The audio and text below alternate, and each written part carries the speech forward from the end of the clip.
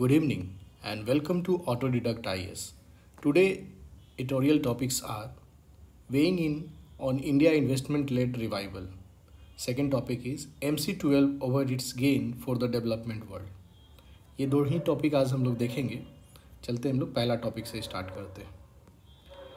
इसमें बेसिकली आप देखिए एक फर्स्ट जो पैरा हम लोग पढ़ना आपके लिए पढ़ते हैं. तो finance minister said recently that India long-term growth prospects are embedded in public capital expenditure program.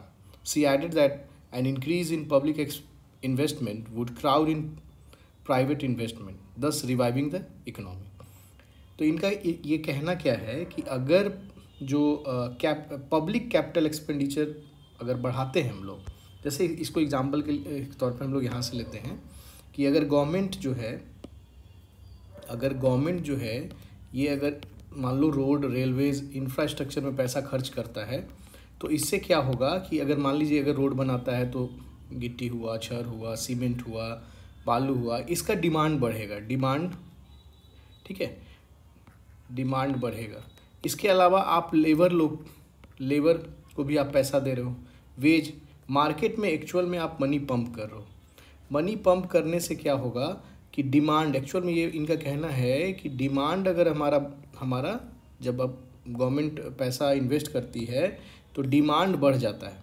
और ये डिमांड क्या करेगा, जब डिमांड बढ़ेगा तो प्रोडक्शन, जिस चीज़ का डिमांड होगा तो जो प्रोडक्शन करने वाले जो प्राइवेट एंटिटीज़ हैं, जो कंपनी होगा, वो भी अपना उसको प्रोडक्ट उस डिमांड को फुलफिल करने के लिए अपना प्रोडक्शन बढ़ाएगा, है ना. प्रोडक्शन में भी इंक्रीज़ करेगा. और ये प्रोडक्शन में जब इंक्रीज़ करेगा तो ये इंक्रीज़ क्या शो करेगा, ये इंक्रीज़ कराने के लिए इसको और कुछ चाहिए ना, इसको लेबर चाहिए, रॉ मटेरियल चाहिए. तो ये फर्दर ये फर्दर डिमांड को बढ़ाएगा. ठीक है, और ये फिर प्रोडक्शन बढ़ाएगा. एक तरह से ये राउंड एक साइकिल बन जाता है और ये आपका जो डिमांड लेड ग्रोथ स्टार्ट हो जाएगा. ठीक है, तो गवर्नमेंट का यही कहना है कि अगर हम इन्वेस्टमेंट करेंगे, वो उनका कहना है कि हम अगर यहाँ इन्वेस्टमेंट कर रहे हैं तो ये जो पब्लिक जो प्राइवेट वाला जो एंटिटीज़ है वो भी इन्वेस्टमेंट करने लगेगा.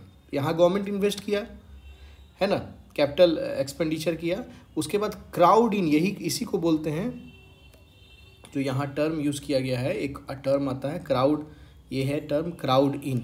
एक टर्म होता है क्राउड आउट, तो हम लोग बाद में देखेंगे. अभी यहाँ क्राउड इन का आया है तो क्राउड इन देख लेते हैं. क्राउड आउट में ऐसा होता है कि जब गवर्नमेंट जो इकोनॉमी में जो पैसा है वो खुद अपने पास रख लेती है, सारा यूज़ अपने लिए करने लगती है, और बाकी प्राइवेट एंटिटीज़ को पैसा नहीं मिल पाता है पैसा खर्च करने के लिए, या बैंक से लोन ही लेना हो तो वो सारा पैसा चला. मान लीजिए इकोनॉमी में इतना ही पैसा है, मान लो एक अमाउंट है, अगर इसी अमाउंट में दोनों या तो गवर्नमेंट ले ले या तो प्राइवेट एंटिटीज़ ले ले. अगर गवर्नमेंट अपना इसका शेयर बढ़ जाता है गवर्नमेंट का तो इसका घट जाएगा. तो इसी को जब इसका शेयर घटता है तो इसको क्राउड आउट बोलते हैं. ठीक है, क्राउड आउट बोल दिए.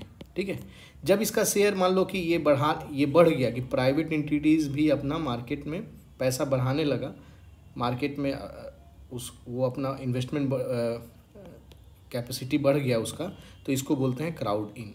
ठीक है, इसमें ये दो टर्म है, ये इकोनॉमिक टर्म है, ये हमेशा यूज आता है, तो आपको ये ध्यान में होना चाहिए, crowd in and crowd out. ठीक है, इसमें ये बात हुआ. अब इनका कहना है, जो ये राइटर हैं ये बोल रहे हैं कि ठीक है, ये बात तो सही बात बता रहे हो कि public investment led economic growth होता है. उसका एग्जांपल 1997 का एग्जांपल भी लिया गया है कि एशिया उस समय में जो आपका सिंगापुर वाला जो एरिया है एशिया, फिर उसको क्राइसिस में वो चला गया था, फाइनेंशियल क्राइसिस में. ठीक है, तो उस समय फाइनेंशियल क्राइसिस में, एशियन फाइनेंशियल क्राइसिस के समय में देखने को मिला कि जो इंडियन गवर्नमेंट है वो अपना रोड प्रोजेक्ट वगैरह स्टार्ट कर दी. उसी समय आपका गोल्डन क्वाड्रिलेटरल प्रोजेक्ट स्टार्ट हुआ था, चतुर्भुज योजना जिसको बोलते हैं हम लोग, तो वो स्टार्ट हुआ था. उसी समय प्रधानमंत्री ग्राम सड़क योजना भी स्टार्ट हुआ था. और इससे क्या हुआ था कि एक इकोनॉमिक रिवाइवल का सीड्स वहाँ पे देखने को मिलता है. इससे क्या होता है कि आपका इन्वेस्टमेंट बढ़ती हुई दिखता है 2020 के आसपास में, 2000, ठीक है ना, 2000 जो है उस समय के आसपास में, और जीडीपी ग्रोथ भी मेरा इतना देखने को मिलता है. तो ये जो राइटर हैं ये बताते हैं कि इससे नो डाउट इससे फ़ायदा तो होता है अगर आपका public investment led economic growth का एग्जाम्पल दिखा के बात करते हैं। लेकिन जो यहाँ पे जो बात कर रहे हैं प्राइम मिनिस्टर, ये फाइनेंस मिनिस्टर जो ये बात बोल रहे हैं कि पब्लिक कैपिटल एक्सपेंडिचर जो होता है, जो वो बोल रहे थे पब्लिक एक्सपेंडिचर जो है, दो बात की है कि लॉन्ग टर्म ग्रोथ करवाएगा, क्राउड इन इन्वेस्टमेंट कराएगा।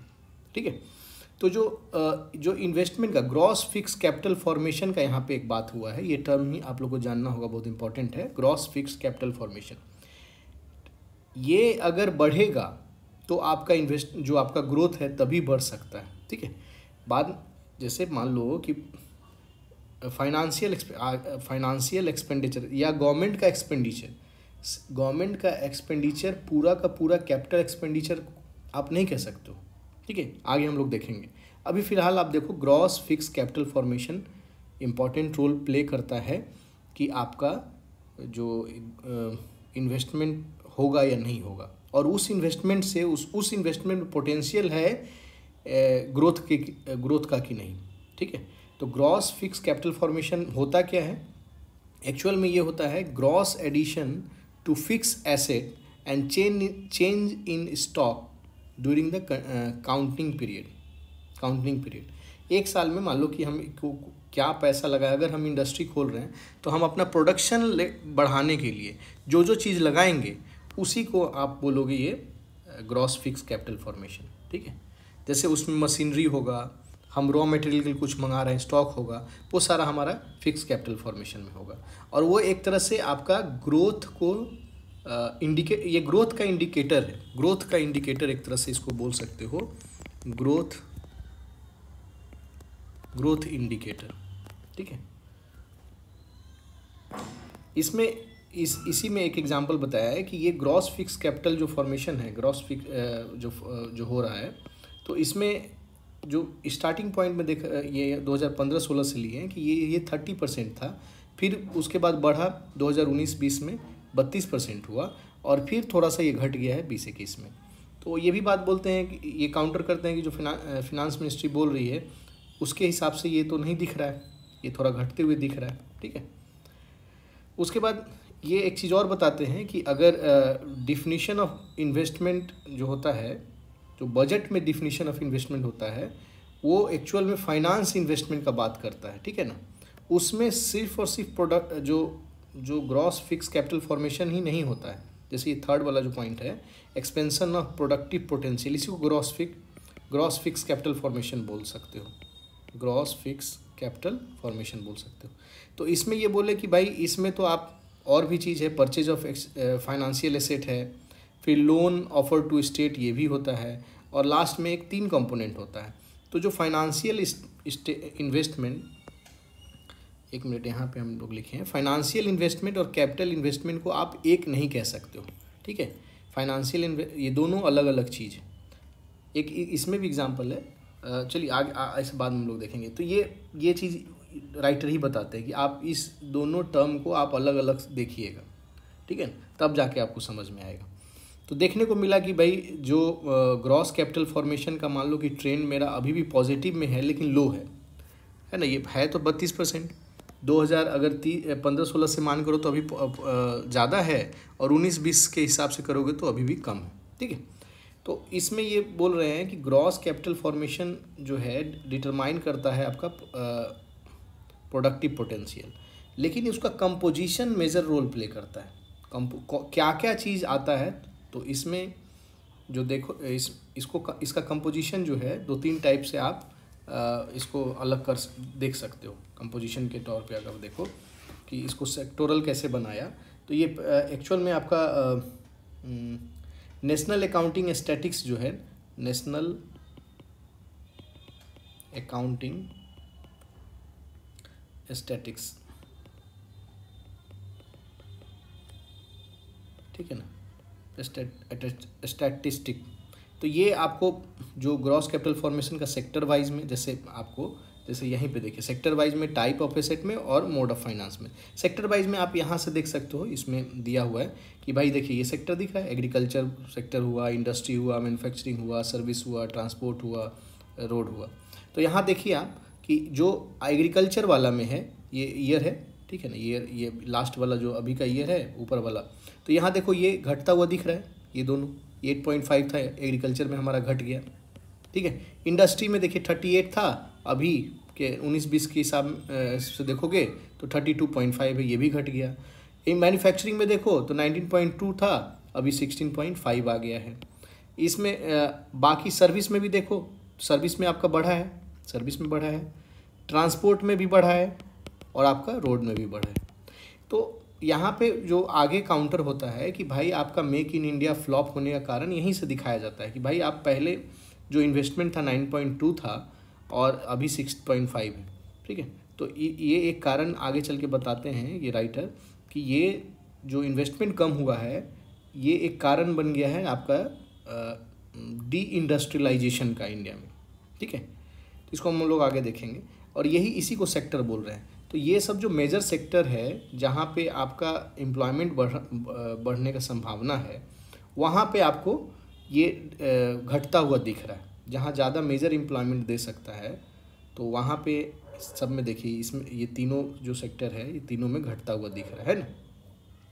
और ऐसे अगर आप बात करो कि जो मतलब indicator of growth in economy में एक इंडिकेटर आपका होता है एम्प्लॉयमेंट का भी। एम्प्लॉयमेंट अगर अच्छा है तो आपका ग्रोथ अच्छा होने का संभावना है। उसी में जीडीपी होता है और भी बहुत सारा चीज़ होता है, लेकिन अभी फ़िलहाल आपको एम्प्लॉयमेंट वाला पार्ट इसमें जानना होगा, ठीक है। आगे आते हैं हम लोग इसमें कि ये ग्रॉस फिक्स कैपिटल फॉर्मेशन समझ गए। ग्रॉस फिक्स कैपिटल फॉर्मेशन का कंपोजिशन इंपॉर्टेंट रोल प्ले करता है। सिर्फ ग्रॉस फिक्स कैपिटल फॉर्मेशन बोलने से नहीं होगा, उसका किस कंपोनेंट में हो रहा है वो डिसाइड करेगा कि इकोनॉमिक ग्रोथ होगा या नहीं होगा। इंडिया के पर्सपेक्टिव में अभी हम लोग देखें कि 3 जो है सर्विस सेक्टर वाला में उसमें आपका ग्रोथ हुआ है, लेकिन जो 3 मेजर जो है जो एम्प्लॉयमेंट जनरेटिंग कैपेसिटी रखता है उसमें उसका घटता हुआ दिख रहा है, ठीक है। तो उस सेंस में अगर आप देखोगे तो एम्प्लॉयमेंट कम होगा। एम्प्लॉयमेंट कम होगा तो आपका जो ग्रोथ होने का चांसेस है वो कम है, ठीक है। ऐसे भी आपको आप indicator of growth in economy आप सर्च करना क्या क्या इंडिकेटर है और आप कोशिश करना कि इसमें टाइप करें। कमेंट में बताइएगा कि इंडिकेटर ऑफ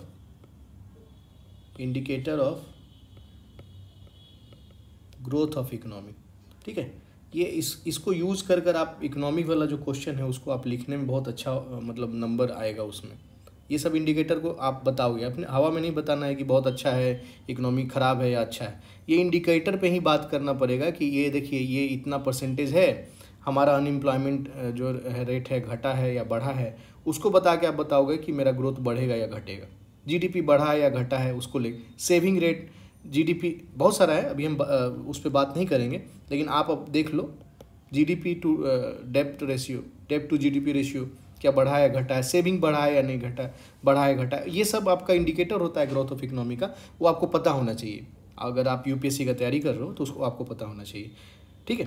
तो इसी में ये आपको पता चल गया कि कंपोजिशन इंपॉर्टेंट रोल प्ले करता है और कंपोजिशन में आप sector, type of asset, mode of financing, ये सारा डिसाइड करेगा कि आपका पोटेंशियल है या नहीं है इस जो इन्वेस्टमेंट हुआ है।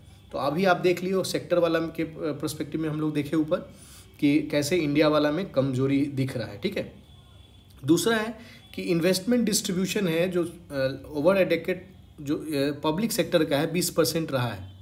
तो जो ये बात बोल रही है कि नहीं धीरे धीरे पब्लिक सेक्टर का बढ़ रहा है, तो वैसा दिख नहीं रहा है, कुछ खास सेक्शन में दिख नहीं रहा है इसमें, ठीक है। अगला है इसमें कि हम लोग जो अभी जो सेक्टर वाला देखे हैं, ये सेक्टर वाला में आपका मैन्युफैक्चरिंग घट गया, तो एग्रीकल्चर घट गया, तो उसी से यहाँ पे उसी से लिंक है यही वाला टॉप मतलब पॉइंट है कि हम लोग जो इम्पोर्ट डिपेंडेंस हमारा जो है वो बढ़ गया है। इसमें एग्जांपल अभी आप देख लिए थे 19.2 था, 11-12 का था, हाँ 11-12 में 19.2 था और अभी 16.5 है, ठीक है। तो ये जो घटा है इसी के बारे में बात चल रहा है। तो इससे क्या क्या हुआ, तो एक तो आपको मेक इन इंडिया फेल होते हुआ दिखा, हमारा इंपोर्ट डिपेंडेंसी बढ़ गया, इंडिया बिकम डी इंडस्ट्रियलाइज्ड, है ना। और ख़ास करके ये चाइना लेड डी इंडस्ट्रियलाइजेशन हुआ है ना। हम लोग fertiliser, drugs, capital good China से मंगाते हैं और इसी के जब चाइना से मंगा रहे थे तो कोविड के टाइम में एक्सपोर्ट रेस्ट्रिक्शन लगा देता है, कोविड के टाइम में, ठीक है ना। तो उसी समय में कोविड-19 के टाइम में तो पीएम अनाउंस करते हैं आत्मनिर्भर भारत। तब इनको याद, तब मतलब हम लोग को लगता है कि नहीं हम लोग गलत जगह पे जा रहे हैं, ठीक है, कि हमको अपना जो है अपना इंडस्ट्री को, बेस को मजबूत करना पड़ेगा, ठीक है ना। तो उसके बाद ये अनाउंसमेंट हुआ। यहीं पर एक चीज़ और बात होता है कि मेक इन इंडिया फेल हुआ, ठीक है ना, लेकिन आप देखोगे ये फेल का कारण ये बताएं कि इनको ये जो मेक इन इंडिया का जो ध्यान होना चाहिए इन्वेस्टमेंट बढ़ाने पे होना चाहिए था, ठीक है ना। इन्वेस्टमेंट जो इंडस्ट्री में जाता तो वो एक्चुअल मायने में वो मैन्युफैक्चरिंग बढ़ाता, लेकिन हाँ हम लोग का जो मेजर ध्यान था वो ईज़ ऑफ डूइंग बिजनेस पे गया और हम लोग उसमें सफल भी हुए, लेकिन इंडस्ट्रियल बूस्ट नहीं मिला, ठीक है ना। ये चीज़ आपको वहाँ ध्यान रखना होगा। इसके बाद अगला जो है इसमें foreign capital to financing gross capital formation, ये भी एक बात किया गया है कि ग्रॉस कैपिटल जो फॉर्मेशन में फॉरेन से जो पैसा आ रहा है वो भी घटा है। 14-15 से देखो तो ये डाटा दिखा रहा है कि 2.5 हो गया है, ये घटा हुआ है। तो इन्वेस्टमेंट शेयर घटा, अगर इन्वेस्टमेंट शेयर घट रहा है तो आपका इंडस्ट्रियल आउटपुट ग्रोथ रेट भी घटेगा, ठीक है। तो ये 2-4 पॉइंट जो बताते हैं जो राइटर हैं कि जो फिनांस मिनिस्ट्री बोले हैं कि बढ़ेगा, ऐसा कुछ इनके हिसाब से लगता नहीं है, ठीक है ना। तो यही 3-4 पॉइंट में कि ये एक पॉइंट बताएं कि घट रहा है, इंपोर्ट डिपेंडेंसी वाला पॉइंट बताए हैं, वो आपका एक पॉइंट है। उसके बाद आपका डी इंडस्ट्रियलाइजेशन हो रहा है, उस पर एक पॉइंट है। बजट जो में अगर हाँ हो सकता है ये भी कॉशियस रहने के लिए बोले कि फाइनेंशियल इन्वेस्टमेंट और कैपिटल इन्वेस्टमेंट पे आपको अंतर समझ के रखना होगा।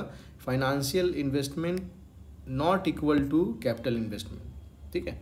ये बात बताए हैं कि हो सकता है आने वाले टाइम में ऐसा बता जाए फाइनेंशियल इन्वेस्टमेंट बढ़ा हुआ है, लेकिन एक्चुअल मायने में आपका कैपिटल इन्वेस्टमेंट डिसाइड करेगा कि आपका ग्रोथ बढ़ेगा या नहीं बढ़ेगा, ठीक है। इसी में एक चीज़ और बताएं कि इंडिया को और आने वाले टाइम में और हार्ड सिचुएशन इसको फेस करना पड़ सकता है। जो आपका ये prospect of investment recovery are likely to get harder. क्यों? तो जो करेंसी डिफ्रेशिएशन और इंपोर्ट इन्फ्लेशन आप लोग समझ रहे होंगे, रेगुलर चर्चा में आ रहा है। क्रूड ऑयल जो मंगा रहे हैं, एडिबल ऑयल मंगा रहे हैं, कोयला मंगा रहे हैं, तो बाहर से जो हम लोग सामान मंगा रहे हैं उसके कारण जो इन्फ्लेशन होता है उसको इंपोर्ट इन्फ्लेशन बोलते हैं। तो ये सारा चीज़ जो है ये हमारे जो इन्वेस्टमेंट रिकवरी में दिक्कत हो सकता है। जो फाइनेंस मिनिस्ट्री बोल रही हैं वो पॉसिबल नहीं दिखता है, ठीक है। तो ये रहा आपका पहला टॉपिक रहा, ठीक है। अब हम लोग दूसरा टॉपिक में आते हैं। सेकेंड टॉपिक जो है ये आपका ये वाला पार्ट है। इसमें एक्चुअल में आपको आपको पता होना चाहिए, 2-4 टर्म आपको पता होना चाहिए कि वर्ल्ड ट्रेड अगर आप बात करते हो क्या बोलते हो इसको, वर्ल्ड ट्रेड ऑर्गेनाइजेशन के बारे में अगर आप बात करते हो तो 2 चीज़ आपको पता होना चाहिए इसमें जो न्यूज़ में है। एक तो है आपका कंपलसरी लाइसेंसिंग WTO का ही एक टर्म है, जिसमें कि मान लो कि एक पेटेंट कंपनी है, मान लो कि पर्टिकुलर एक्स कंपनी है, ये कोई चीज़ बनाता है, एक प्रोडक्ट बनाता है, प्रोडक्ट P बनाता है। तो ये मान लो कि दवा का ही मान लो कि एक दवा बनाता है सिर्फ, और ये दवा कोई भी दवा का ले लो, कोई एक दवा का नाम ले लो, ठीक है। अब ये दवा बहुत ही इम्पॉर्टेंट दवा है और इंडिया में इसका प्रेजेंट नहीं है। इसका मतलब या तो अवेलेबिलिटी नहीं है, लाइफ सेविंग ड्रग्स है लेकिन यहाँ पे अवेलेबल नहीं है, पहला कंडीशन नॉट अवेलेबल। और दूसरा कंडीशन कि इसका प्राइस बहुत ज़्यादा हाई है।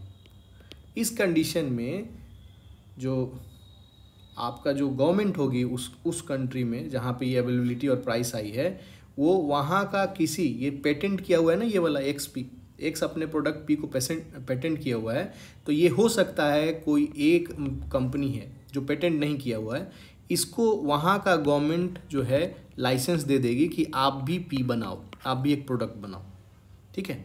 इसको कंपलसरी लाइसेंसिंग बोलते हैं, ठीक है ना, ये ध्यान रखिएगा। एक्चुअल में आपको थोड़ा समझना होगा WTO का थोड़ा सा, कि WTO एक्चुअल करता क्या है। वो ट्रेड बैरियर को कम करता है, ठीक है ना, ट्रेड बैरियर को कम करता है।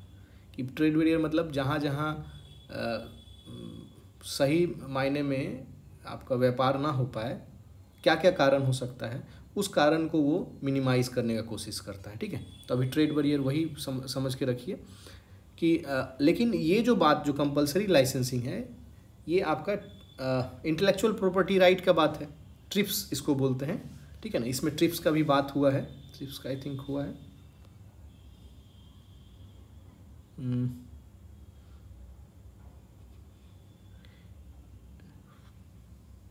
इसको देख लेंगे, ट्रिप्स हुआ है यहाँ, देखिए TRIPS, so called TRIPS waiver. ठीक है ना, ट्रिप्स इसी पे बात ही चल रहा था। ये बात एक्चुअल कंडीशन हम लोग ये टॉपिक स्टार्ट करने से पहले का हम कुछ बात करना चाह रहे हैं। ठीक है, तो कंपलसरी लाइसेंसिंग जैसे आपका WTO है, ट्रिप्स जो है trade related intellectual property right के बारे में बात होता है। ठीक है, तो ये यहाँ पे एक्सेप्शन दिया है। कंपलसरी लाइसेंसिंग मतलब आपका इंटेलेक्चुअल प्रॉपर्टी राइट में थोड़ा एक्सेप्शन ढील दिया गया है कि भाई इस कंडीशन में आप कर सकते हो, बाकी में नहीं आप कर सकते हो। पेटेंट कराना वगैरह जो होता है उसमें आपको नहीं मिलेगा। ठीक है, तो यही कंडीशन जब था पहले से, तो आपको देख रहे हो कि कोविड-19 आ गया, और कोविड के टाइम में आपका जो कोविड से लड़ने के लिए जो टूल्स चाहिए था, किट्स चाहिए था, या दवा चाहिए या वैक्सीन चाहिए, अब तो यहाँ पे मारामारी हो सकता है और सबको लाइफ सेविंग जो बचाने का जो जिम्मा है वो गवर्नमेंट का होता है। वहीं पर ये कंपलसरी लाइसेंसिंग का इशू रेज हुआ फिर से। ठीक है, तो ये बात समझ में आया। तो 2020 में इंडिया और साउथ अफ्रीका प्रपोजल देती है कि भाई जो ये लाइफ सेविंग ड्रग्स है उस पे सारे पे आप क्या करो, जो इंटेलेक्चुअल प्रॉपर्टी राइट लाए हो उसको हटाइए, उसको मिनिमाइज़ कीजिए कि सब बना सके, सबको मिले, क्योंकि लाइफ सेविंग करना है, आप अभी कमाने का बात नहीं कर सकते हो। ठीक है, तो जब ये प्रपोजल रखा तो प्रपोजल में सपोर्ट में कुछ कंट्री आए, कुछ अपोज किए। सपोर्ट में बहुत सारे 108 कंट्री के आसपास थे। वहाँ नोबल जो पढ़े लिखे आदमी हैं वो भी किए, एकेडमिक जो से जुड़े आदमी हैं वो भी किए, सिविल सोसाइटी किए, हॉलीवुड के जो सेलिब्रिटी थे वो किए, जो PM रह चुके हैं वो किए, तुम आपका फाइनेंशियल जो UN का सेक्रेटरी जो प्रीवियस थे वो भी किए। ये सारा सपोर्टर में आए कि नहीं ऐसा होना चाहिए। इस टाइम में कोविड-19 के टाइम में इससे लड़ने के लिए आपको ट्रिप्स में छूट देना पड़ेगा। ठीक है, वहीं पे मतलब कंपलसरी लाइसेंसिंग का ही बात चल रही है, उसमें थोड़ा सा छूट देना होगा। अपोज में कौन कौन आए, तो जो कंट्री इस पे बनाए हुए था वो चाह रहा होगा फ़ायदा अपना। मान लो हम अगर वैक्सीन बनाए तो उसमें फ़ायदा चाहेंगे, तो ये जर्मनी, UK, जापान, स्विट्ज़रलैंड और USA जो है इसको अपोज किया। US भी अपोज किया था, लेकिन बाद में जाकर ये 2021 में जून जुलाई में, तो 2021 के जून जुलाई में ये लिमिटेड सपोर्ट देता है कि नहीं ठीक है, आपको कंपलसरी लाइसेंसिंग जो वैक्सीन के लिए सिर्फ दे देता है। ठीक है, वैक्सीन के लिए, लेकिन सिर्फ वैक्सीन से ही थोड़ी आप कोविड को जीत सकते थे, उसके लिए टूल्स किट्स भी और भी बहुत सी चाहिए था। तो गवर्नमेंट जो बोल रही थी कि हमको सब चीज़ में चाहिए, गवर्नमेंट क्या इंडिया और साउथ अफ्रीका दोनों है, वो सारे में डिमांड कर रहा था। लेकिन अभी फ़िलहाल जो है लिमिटेड जो मिला 2021 में वो US दिया। US को देने के बाद ऑस्ट्रेलिया भी दे दिया, कनाडा भी दे दिया, नॉर्वे भी दे दिया। ठीक है, ये बात समझ में आया। इसके बाद जब ये प्रपोजल दिया कि भाई आप जो ट्रिप्स को है थोड़ा लिबरलाइज करो, कंपलसरी लाइसेंसिंग को लिबरलाइज करो, तो इसका काउंटर प्रपोजल में यूरोपियन यूनियन देखिए यहाँ जो है यूरोपियन यूनियन का ही बात कर रहे हैं, ये सब जो है यूरोपियन यूनियन में ही है ये दोनों मेजर। ठीक है ना, स्विट्ज़रलैंड भी वहीं पे आ जाएगा। तो जो यूरोपियन यूनियन वाला जो बात है, यूरोप वाला जो कंट्री है बेसिकली, लेकिन यहाँ यूरोपियन यूनियन का बात कर रहे हैं हम लोग, तो वो एक प्रपोजल दिया और उसमें थोड़ा मोड़ा चेंज कर दिया। ठीक है ना, कंपलसरी लाइसेंसिंग में थोड़ा सा चेंज कर और पैटर्न रूल में चेंज कर प्रपोज कर दिया कि ऐसा करते हैं। ठीक है, अब ये वाला जो बात है ये आपका कहाँ चला जाता है कि जब ये प्रपोजल गया तो WTO का जो सेक्रेटरी थे वो और 3 कंट्री जो आपका European union, USA, south Africa और इंडिया। ठीक है, ये 4 कंट्री कंप्रोमाइज़ कराने में WTO का जो सेक्रेटरी वगैरह थे वो बहुत मेजर रोल प्ले किए। और इसी का टर्म आया क्वाड डिस्कशन। ये क्वाड प्रोसेस है, जो प्रोसेस में जो ये कंप्रोमाइज़ वाला जो बात चला और उसका डिस्कशन जो हुआ उसको क्वाड डिस्कशन। अब यही इस डिस्कशन के बाद हमारा जो ड्राफ्ट तैयार हुआ उसको ड्राफ्ट डिसीजन टेक्स्ट बोला गया। और इसमें क्या क्या रखा गया, only one condition for simplifying for compulsory licensing. सिर्फ कंपलसरी लाइसेंसिंग का जो ये बात था उसको ये रखा। ओरिजिनल डिमांड था कि full removal of intellectual barrier on covid respond tools. हमारा जो ओरिजिनल में यहाँ पे जो डिमांड कर रहा था ये दोनों, ये बोल रहा था पूरा का पूरा हटाइए, खास कर कोविड वाला जो पार्ट है उसके लिए पूरा हटाइए कंपलसरी लाइसेंसिंग ओवर। लेकिन यहाँ पे सिर्फ जो है आपका जो थोड़ा सा क्या नाम है, कंपलसरी लाइसेंसिंग एक पार्टिकुलर एक कंडीशन को ही सिंप्लीफाई किया जिसमें वैक्सीन को रखा गया। ठीक है, इसी बात पे जब बात आया तो बान की मून जो यूएन सेक्रेटरी के जो सेक्रेटरी हैं वो बोले कि भाई इंडिया से और दोनों से कंट्री से बोले कि आप इसको रिजेक्ट कर दो। लेकिन दोनों ही उस समय साइलेंट रहा कि नहीं रिजेक्ट, कुछ बोला ही नहीं। और इंडिया बोला कि नहीं, हम अमेंडमेंट प्रपोजल नहीं कर सकते हैं, हम अपना सिर्फ ओपिनियन दे सकते हैं। तो इस तरह से जब उसका स्टेटमेंट आया, इसका मतलब ये पूरा का पूरा डिफ़ॉल्टली एक्सेप्ट कर लिया है ना। ये जब प्रपोजल बोला कि हम अमेंडमेंट नहीं दे सकते हैं, सिर्फ हम अपना ओपिनियन एक्सप्रेस कर सकते हैं और जो कंसर्न कंट्री है उसका ओपिनियन हम लोग एक्सप्रेस कर सकते हैं, इसमें अमेंडमेंट नहीं हम दे सकते। तो एक तरह से ये एक्सेप्टेड हो जाता है, ड्राफ्ट एक्सेप्ट हो जाता है। इसी को ये सारा जो प्रोसेस है इस आर्टिकल में बात किया गया कि वो एक तरह से आपका जो प्रोसेस एक्सेप्ट हुआ वो ओपेक मैनर में हुआ। एक्चुअल में क्या हुआ क्या नहीं हुआ किसी को पता नहीं, और एक्सेप्टेंस बन गया। ठीक है ना। तो इस जो आर्टिकल में है इसमें यही बात चलता है कि ये ओपेकनेस में इंडिया और अफ्रीका को राजी करवा लिया गया। कैसे राजी कराया ये पता नहीं। ठीक है, अब इसमें जो देखा गया वही हुआ कि India and South Africa accept the proposal in opaque manner, है ना। ओपेकनेस के अंदर में ये हुआ। अब इसको कंडीशन को और ख़राब करने के लिए क्या किया, ऐसा कंडीशन डाला गया जो रूल बुक में था ही नहीं WTO का। जैसे कि आप आगे देखा जाए हम लोग आउटकम ऑफ ट्रिप्स वेवर में क्या क्या है। फाइनल जो एक तरह से जो स्टेटमेंट है कि ये बहुत ख़राब है, अनवर्केबल है। इसमें पॉजिटिव वे में देखा गया कि यूरोपियन यूनियन के लिए क्या फ़ायदा हुआ, तो WTO रिफॉर्म का बात किया पहला, और इन्वायरमेंटल इशू, ये दोनों इशू को अपने मनवा लिया इस डिस्कशन में। ठीक है, इसमें फंडामेंटल आर्किटेक्चर जो है WTO का इंस्टीट्यूशनल आर्किटेक्चर में बदलाव करने का बात किया है। एक तो बात बोला कि जो डिस्प्यूट रेजोल्यूशन फंक्शन है उसको रिस्टोर करेगा, कि भाई जो डिस्प्यूट हो उसको रिजॉल्विंग करने के लिए एक पूरा सिस्टमेटिक वे में ऑर्गेनाइजेशन होना चाहिए, उसका बात किया। उसके बाद एक बात बोल रहा है कि प्राइवेट सेक्टर को भी हम लोग जो WTO प्रोसेस होगा उसमें हम लोग इंक्लूड करेंगे। ठीक है, ये दो चीज़ रिफॉर्म का बात कर रहा है। उसके बाद ये इन्वायरमेंटल इशू जो आपके लिए डेवलपिंग कंट्री के लिए इम्पोर्टेंट था, इसको भी ये बात करने के लिए निगोशिएशन पे लेकर आ गया। ठीक है ना, दो चीज़ ये काम करवाया, एक तो ये अपने फेवर में करा दिया, पूरा बदला नहीं। दूसरा WTO रिफॉर्म और इन्वायरमेंटल इशू पे ये बात अपना कर लिया। इसमें आप देखोगे इसको जो ये आया उसको हम लोग एक तरह से इसका नाम जो बोलते हैं, हम यहाँ लिए थे या नहीं, हाँ जेनेवा पैकेज भी बोलते हैं। ठीक है ना, जेनेवा पैकेज, यही जो आया ना जेनेवा पैकेज जो आया, जो 12th मिनिस्ट्रियल कॉन्फ्रेंस जो हुआ उस सीरीज़ का जो उसमें क्या क्या बात किया गया था कि वैक्सीन के लिए जो टेम्प्रोरी में जो आपका वेवर जो देता है ना कोविड के लिए, तो एक तो पहला पॉइंट वो हुआ। दूसरा ई-कॉमर्स ट्रेड के लिए जो मेमोरेंडम साइन किया गया ई-कॉमर्स के लिए, ठीक है ना, ई-कॉमर्स ट्रेड के लिए, उस पर भी बात हुआ। फूड सिक्योरिटी वाला पे बात हुआ। एंड एक आपका चौथा है हार्मफुल फिशरीज, ठीक है ना, हार्मफुल फिशिंग सब्सिडीज़ पे बात हुआ। ठीक है ना, फिशिंग सब्सिडी पे यही इसी पे जो आपका एग्रीमेंट हुआ कि भाई टेम्पररी वेवर देते हैं, ई-कॉमर्स पे मेमोरेंडम साइन होना, फूड सिक्योरिटी एंड ये जो हार्मफुल फिशिंग पे सब्सिडी पे लिमिट लगाना, इसी को जेनेवा पैकेज बोलते हैं। ठीक है ना, ये आपका ये क्या बोलते हैं 12th conference of WTO, 12th meeting जो हुआ था, मिनिस्ट्रियल कॉन्फ्रेंस जो हुआ 12, उसी को जेनेवा पैकेज बोलते हैं। तो क्वेश्चन आपसे आ सकता है जेनेवा पैकेज का मतलब क्या है। ठीक है ना, इसी में जो